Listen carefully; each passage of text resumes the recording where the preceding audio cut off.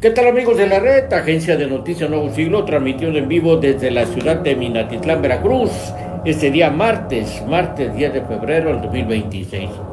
En su programa Tradiciones, Usos y Costumbres del Sur, esta tarde nos visita Rafael Olan Ruiz, quien es investigador cultural del puerto de Coatzacoalcos y Nanchitán. Bienvenido, Rafael. Muchas gracias. Gracias por la invitación. De igual manera se encuentra con nosotros el contador Renato Palemón Vázquez Chagoya, cronista de la... ¿Perdón? Sí, cronista natural de Minatitlán, autor de muchos ejemplares de lo que es Minatitlán. No voy a comprometerlo. Vamos, contador. Adelante. Pues muchas gracias, Gutiérrez Arias, director de AN Nuevo Siglo. Y desde luego que agradecemos la compañía de ustedes y sobre todo la presencia de Rafael Olan Ruiz, que nos va a platicar de algunos aspectos de la vida social, política, cultural de Nanchitán, primero de Joaquín Hernández Galicia, después de Lázaro Cárdenas. Sí, así es. Sí, una época en que agregaron el Nanchital de Hernández Galicia, pero lo que se supo, ¿no?, en los rumores en el pueblo fue que el mismo Joaquín Hernández Galicia no lo aceptó y pidió que se le quitara. Eso fue, para aclarar, fue cuando se instituye o se constituye el municipio de Nanchital, porque antes era una congregación de Huatlán del Sureste. Es correcto, sí. Bien. De igual manera se encuentra con nosotros esta tarde nuestro buen amigo el ingeniero Artemio López Cisneros. Artemio, bienvenido. Muchísimas gracias por tu presentación y bienvenidos sean, amigos. Recuerden que todos los martes en su nuevo horario de 5 de la tarde, aquí en AN Nuevo Siglo. Es que me he confundido porque el otro día dije ANS Nuevo Siglo a una persona y me dice, oye, ¿no pude entrar? Le dije, perdóname, es AN Nuevo Siglo. Así de que nuestro programa Tradiciones, Usos y Costumbres del Sur está presente una vez más. Tenemos un invitado bastante interesante, un personaje del sur de Veracruz que no solamente escribe. ¿Sigues con el cine? No, más bien el asunto del cine es mi sobrino. Johnny. Pero hubo un inicio. ¿O nunca estuviste como cineasta? No. ¿Un documental? No. Bueno, ok, entonces es parte de la familia también que se dedica a ese rubro del arte. Y nosotros hace algunos años asistimos a la presentación de esta obra escrita por Rafael Olan Ruiz, así de que hablaremos sobre ella y muchas cosas más. Bienvenido. Muchas gracias, ingeniero. Pues quiero hacer patente el agradecimiento por parte mía por la invitación. La verdad, me da mucho gusto ser considerado para participar en su programa. La verdad, Rafael, es que hemos estado haciendo programas para que la gente conozca un poco más de nuestra zona sur. No estamos únicamente para Veracruz, sino también el lado ismeño oaxaqueño, el lado tabasqueño, el lado chapaneco, porque hay mucha historia que pocos conocen. O sea, todo mundo se ha cifrado y así los textos de la revolución, siempre en el norte, en el centro. Norte, el centro. ¿Y nosotros qué? ¿Nada más estábamos de observadores? No. Fuimos una parte muy activa en la historia, por eso tenemos la zona nuclear olmeca, por eso de aquí aparece en la zona sur el nacimiento de la Malinche, etcétera. Hay mucha historia por delante. Así que empezamos. Empezamos, claro. Vamos a suplicarle que un poquito fuerte, tenemos un problemita aquí en el edificio, están haciendo unos trabajos, afortunadamente, pues ojalá, y nos den la oportunidad de que el sonido se escuche bien. Adelante, contador. El municipio de Nanchital es muy reciente. ¿Cuántos años tiene de haber sido fundado, Rafael? Bueno, Nanchital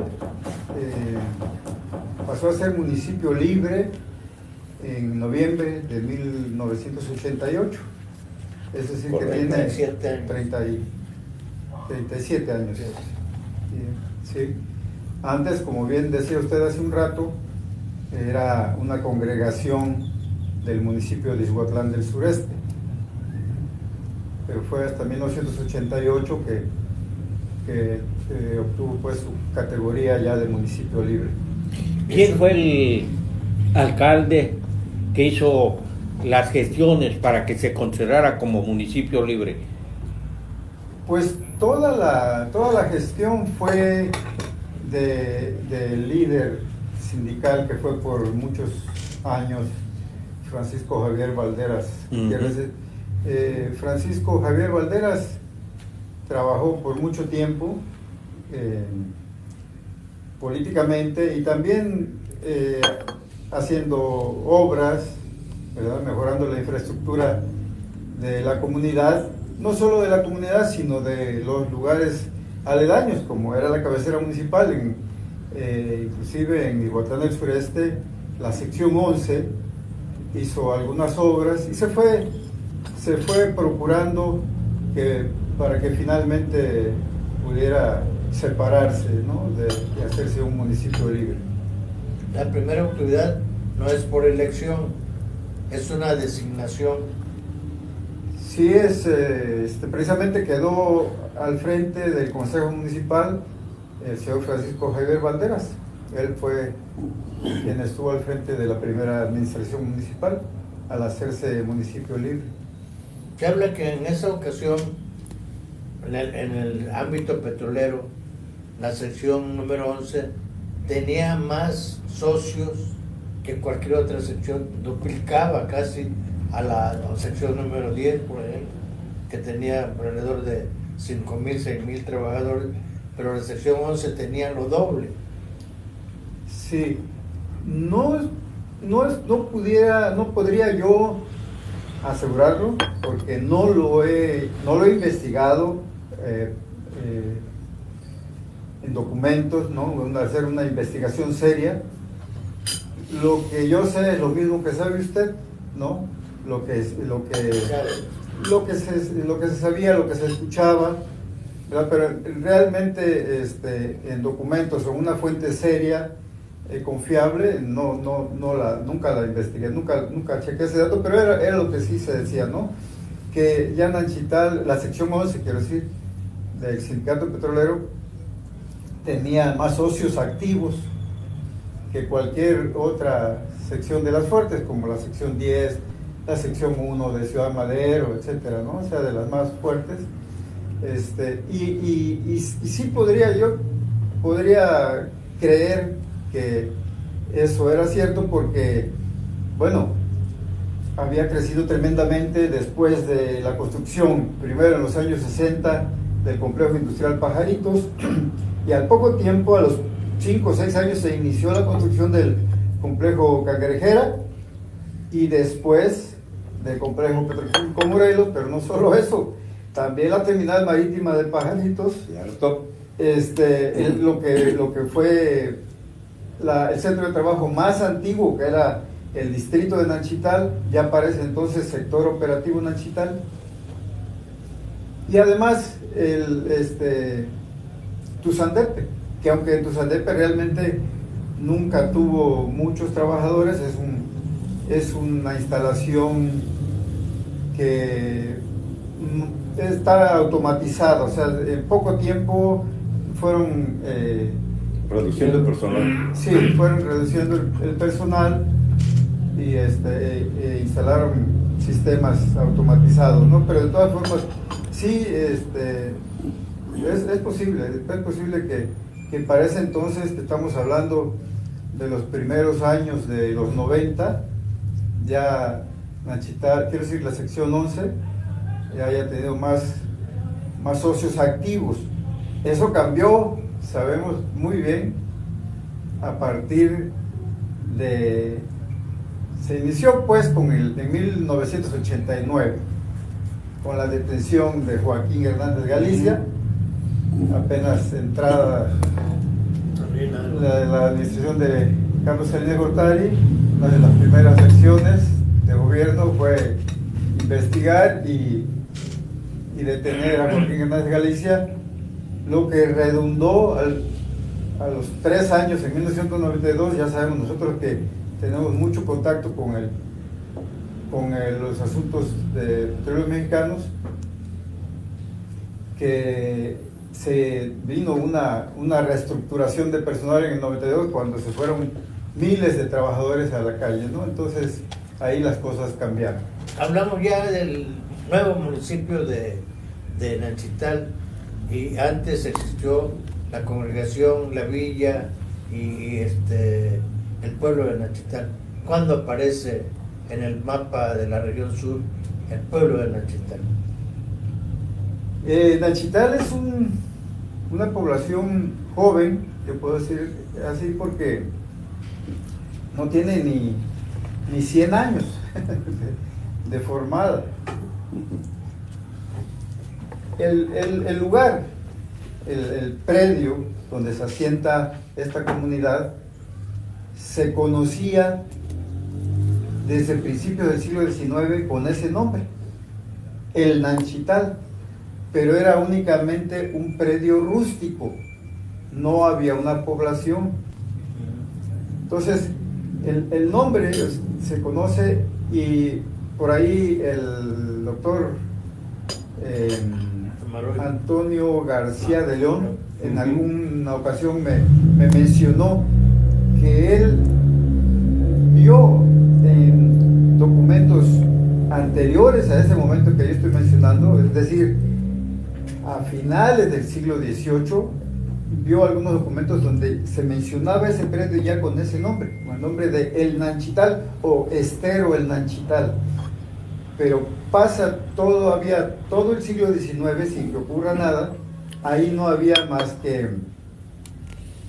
algunos ranchitos, ranchos pequeños, y es hasta en 1907 llega la compañía S. Pearson & Son Limited, propiedad de Whitman Pearson, la compañía que posteriormente pasó a ser la Compañía Mexicana de Petróleo del Águila. En 1907 hace la primera incursión en la zona y perfora un par de pozos en Tuzandepe, sin éxito, ¿sí? Y después, en 1908, empieza a arrendar terrenos en todas, no solo en esa parte de Izhuatlán, sino Concepción, Francita, y en toda la región. Renta tierras para empezar su trabajo de exploración y explotación posteriormente. Yo empiezo así mi libro, justo ahorita lo estoy recordando. En el primer capítulo dice, todo empezó así, y empieza a narrar de cuando un representante de la compañía llega a Ixhuatlán en diciembre de 1908, llega a Ixhuatlán y habla con él, que era en ese entonces el cacique Nicasio L. Rosaldo, y es con el primero que trata. Nicasio le renta algunas tierras, y de ahí se agarra a hablar con mucha gente y empieza a hacer contratos de arrendamiento con fines de exploración. Entonces llega la compañía ahí, empiezan sus trabajos, y yo creo que a Nanchital, donde conocemos ahora, donde está asentada la población, yo pienso, sacando mis cálculos, yo pienso que la compañía llega en 1909, porque el primer pozo productor, que fue el Ixhuatlán número 2, en el campo Ixhuatlán, no en el pueblo, sino el campo petrolero, donde se perforaron los pozos. El primer pozo se terminó el 5 de febrero de 1911. Yo me pego con las fechas, aunque ya escuché por ahí gente que no le gusta que cuando se habla de historia se le dé importancia a las fechas, pero ¿Cómo te vas a ubicar? pero a veces la gente que está escuchando quiere ubicarse en el tiempo. Obvio. Entonces, bueno, decía que ese es el primer pozo donde empiezan a producir petróleo en la zona, calculando todo lo que se tuvo que hacer de construcción de caminos, introducción de maquinaria, los equipos, aunque sean rústicos en ese tiempo, equipos de perforación, pero debió haber tomado un tiempo. Entonces, yo calculo que debieron haber llegado por ahí de 1909, hace un par de años o año y medio antes de que se terminara ese primer pozo. Pero, ya me estoy extendiendo un poco, pero en respuesta a su pregunta de cuándo aparece Nanchital como una población ya. Bueno, entonces empiezan a perforar, ahí en el campo de Ixhuatlán perforan muchos pozos, pero eso empieza, esa dinámica empieza a verse reducida tras el inicio de la Revolución Mexicana. Con el inicio de la Revolución Mexicana, al principio, la compañía de Pearson tiene muchas facilidades, sobre todo durante el gobierno de Porfirio Díaz. Tenía muy buena relación con Porfirio Díaz porque ya lo había buscado para otras obras, el drenaje profundo de la Ciudad de México, el puerto de Veracruz, luego la reconstrucción del ferrocarril nacional de Tehuantepec, la remodelación de los puertos, Coatzacoalcos y Salina Cruz, etcétera. Entonces, ya en esa época llega Pearson también a trabajar en la cuestión del petróleo pero no pasa mucho. Decía yo que se viene el asunto de la revolución. Si al principio Pearson tuvo muchas ventajas, muchos beneficios, muchos privilegios con Díaz, cuando entra Madero, Francisco Madero cambia un poco, empieza a poner orden un poco en las cuestiones de la industria petrolera, pero sabemos bien que lo asesinan en poco tiempo y sube Victoriano Huerta. Cuando sube Huerta también sigue teniendo muchas facilidades Pearson.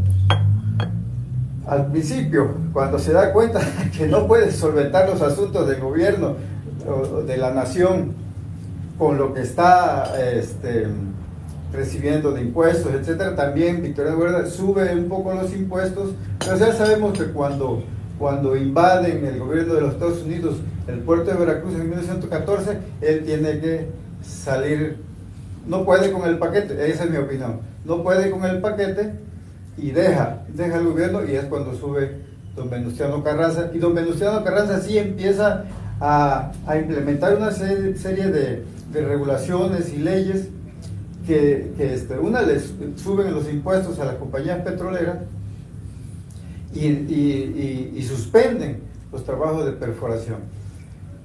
Se viene una serie se viene la revuelta, grupos no nada más que realmente estaban en favor de una revolución, sino grupos de bandidos y de rebeldes y todo. Entonces, hay por cierto, se da en 1917 el asesinato del superintendente del distrito de Nanchital, un británico de apellido Buckingham. Es asesinado una noche, el 9 de marzo del 17, es asesinado ahí en las instalaciones, ahí en el distrito, él y su contador, Vanderman. En fin, que la compañía se va a Puerto México, ¿no?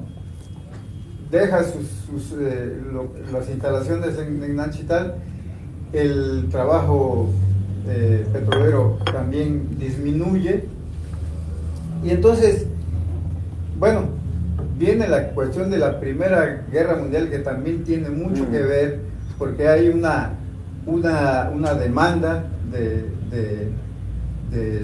productos derivados del petróleo. Pearson vende en 1919, le vende a la Royal Dutch Shell, le vende la compañía de petróleo del Águila, le vende en el 19 y pasa un periodo en que no se avanza mucho en lo que se refiere a seguir explorando, etc. Es hasta como por ahí de 1926 cuando la compañía empieza a invertir en esta zona. Yo me estoy concretando a la zona que me corresponde, o sea, lo que yo he investigado, que es la región sur de la Veracruz. dinámica económica la que genera el asentamiento. Exacto. En 1926 empieza la compañía a invertir de nuevo, se empieza a hacer trabajo de exploración y descubre un yacimiento muy importante. El descubrimiento del yacimiento de Tonalá, Agua Dulce, fue clave. Por eso quise abundar un poquito, por eso me extendí un poco en la explicación, porque ese momento fue clave. Yo así lo puedo decir, de no haber sido por el descubrimiento de ese yacimiento, quién sabe si Nanchital existiría, porque al descubrir ese yacimiento tan grande, la compañía decide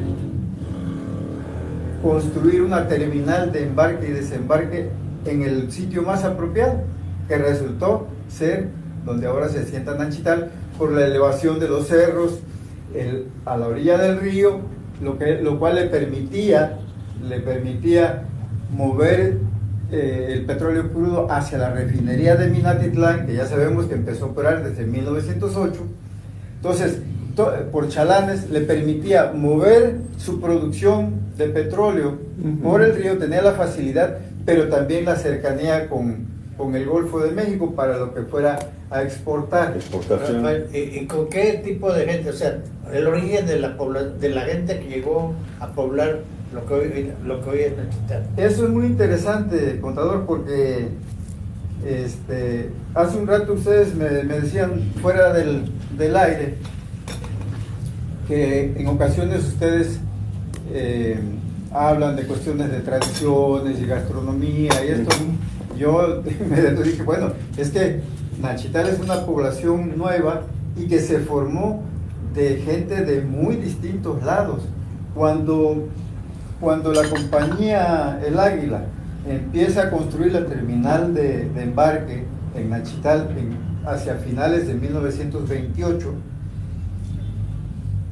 jala personal que tenía en Francita, en Concepción, en esos campos. Sobre todo Concepción había fracasado. La mayoría del 80-90% de los pozos que perforó ahí resultaron secos. Entonces movió a personal que tenía en esos campos para construir la terminal de... Pero lo curioso, y tiene que ver con lo que usted me acaba de preguntar, yo dentro de la investigación que hice, me encontré con el censo de México en 1930. En 1930, estamos hablando de apenas un año y medio, cuando mucho, de haberse empezado a formar un campamento petrolero. No era propiamente un pueblo, era un campamento petrolero en ese momento. Ese censo de 1930 nos señala una población en la ranchería de Nanchital, porque pasó a ser congregación hasta 1938.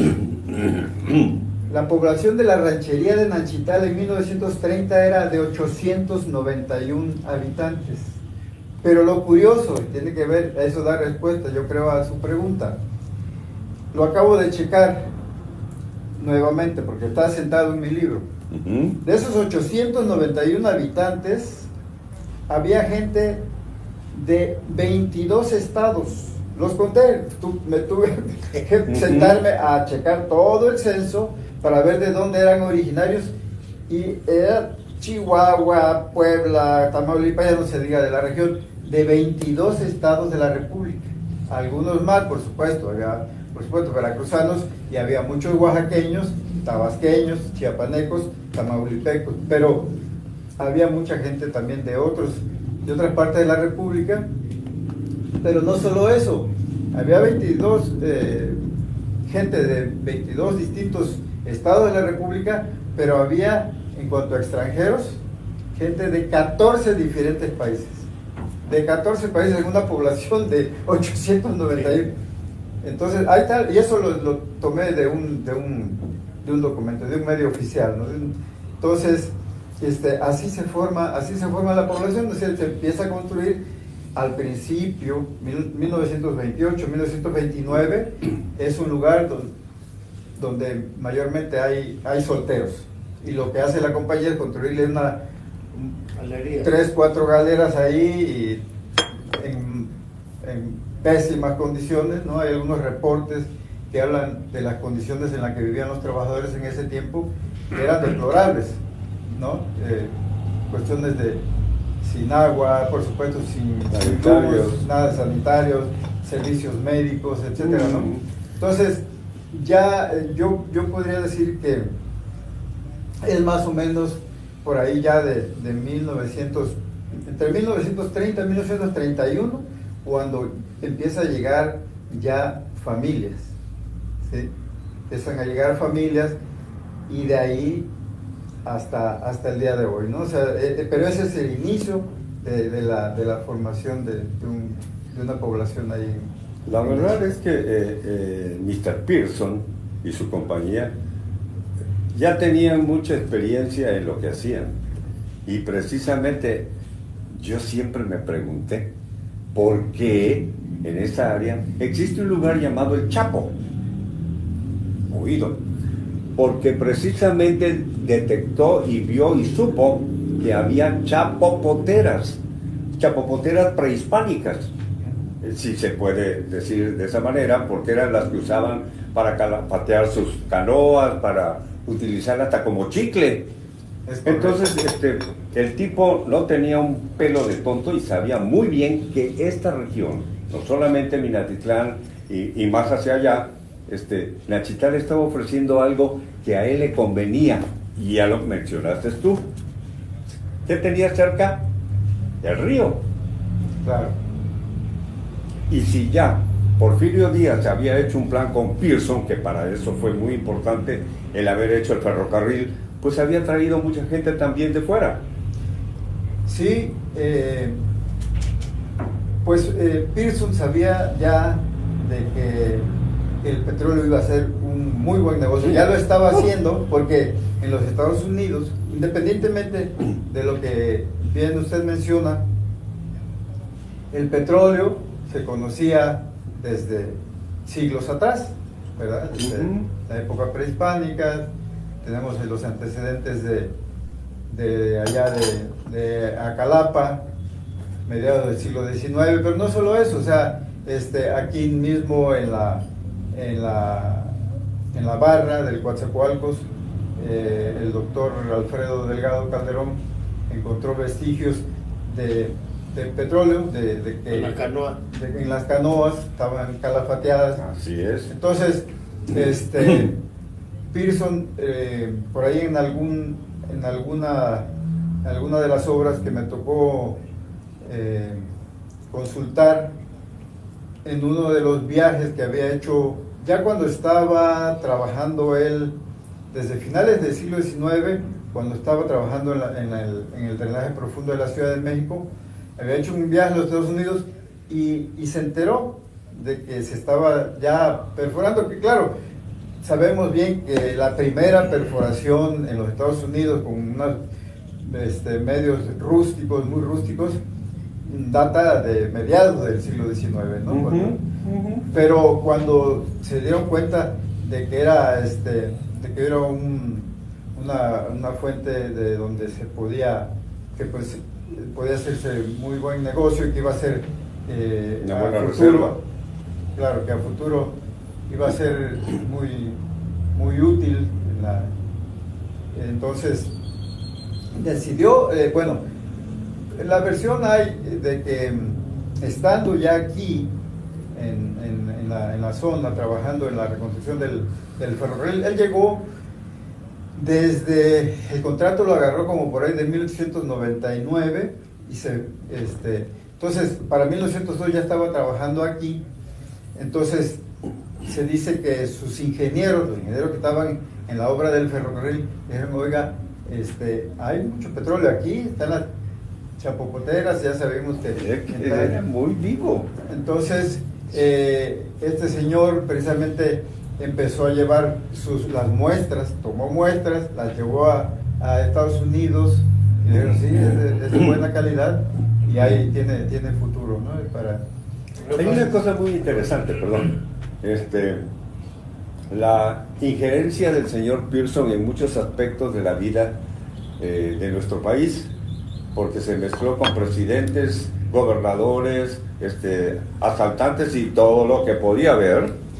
Y resulta que un buen día fallece una persona, fue el año pasado, y veo que una amiga mía sube una esquela en donde esta persona de apellido Pearson le estaba dando el pésame a los Pearson.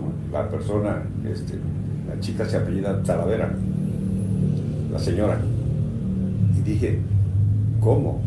Ellos deben de tener todavía muchos documentos, imágenes, no sé qué tanto, pero la familia Pearson todavía vive en Coatzacoalcos. Por eso el colegio Pearson.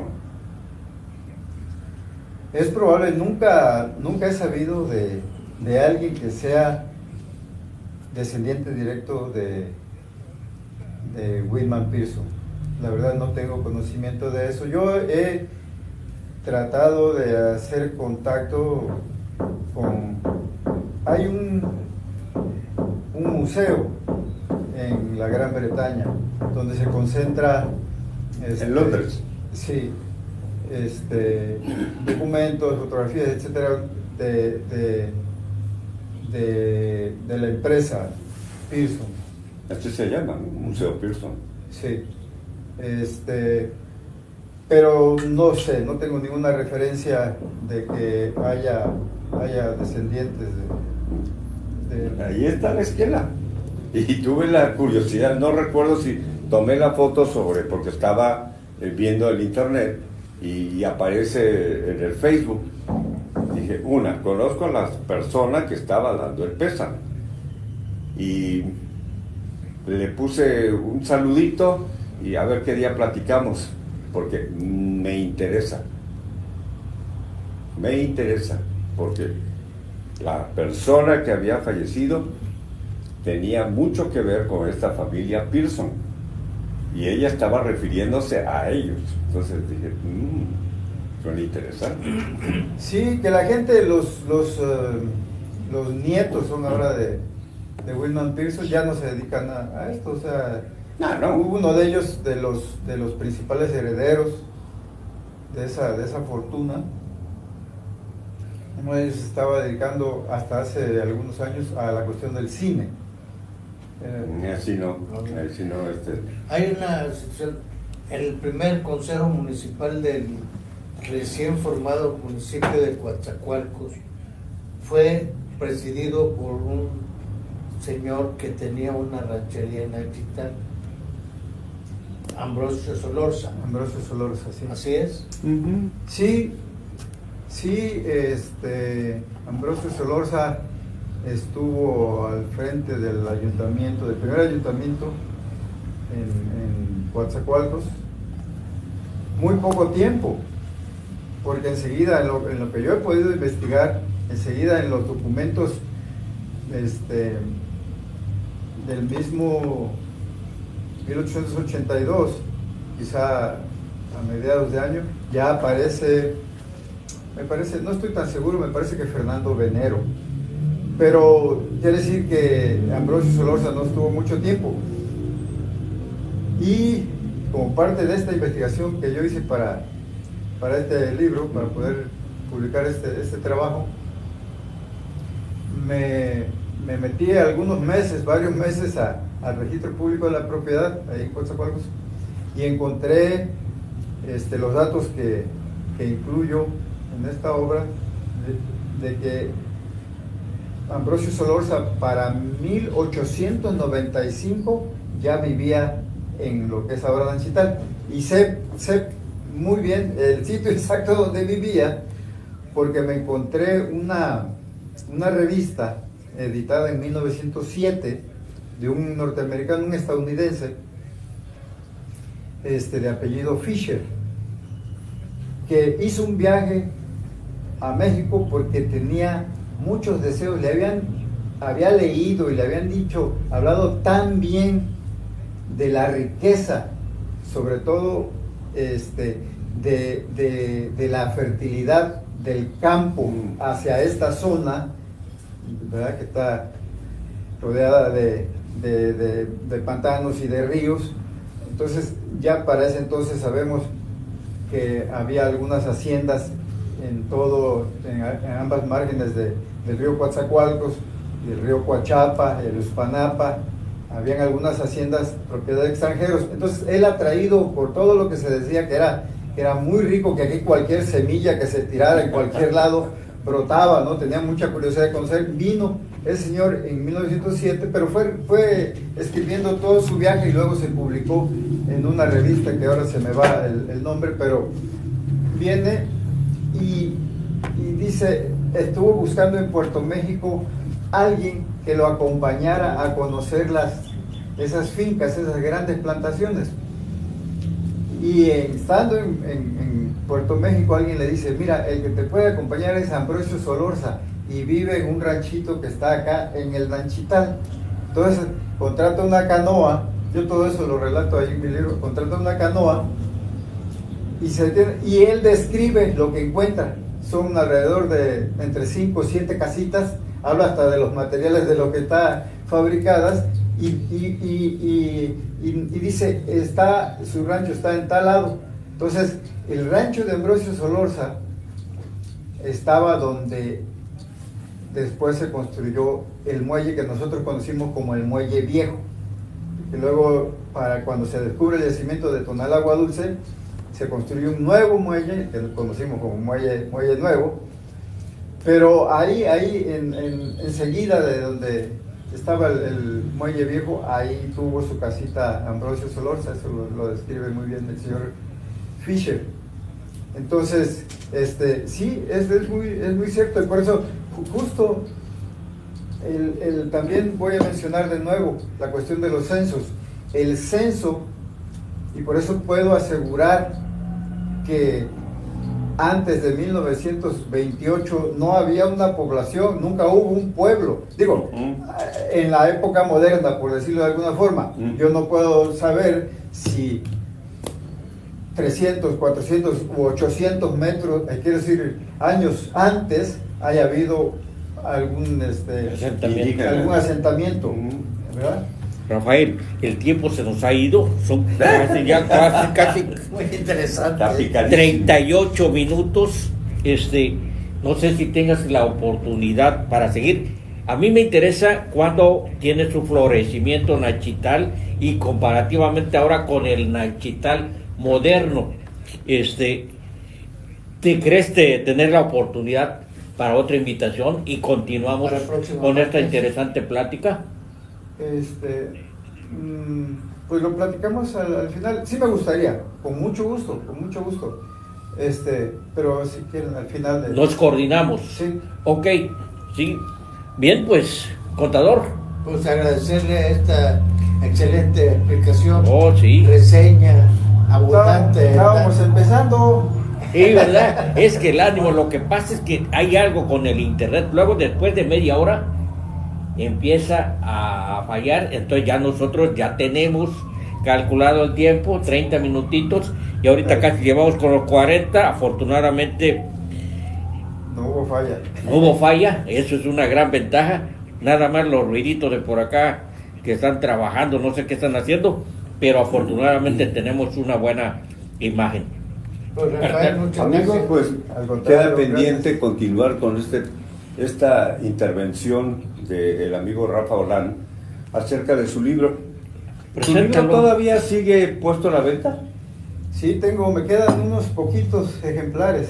Bueno, pues si usted quiere adquirir este libro que guarda la historia de Minatitlán y lugares circunvecinos, porque yo he estado leyendo un poco, puede adquirirlo. ¿Cómo? Con el señor Rafael Olán de Nanchital, Veracruz.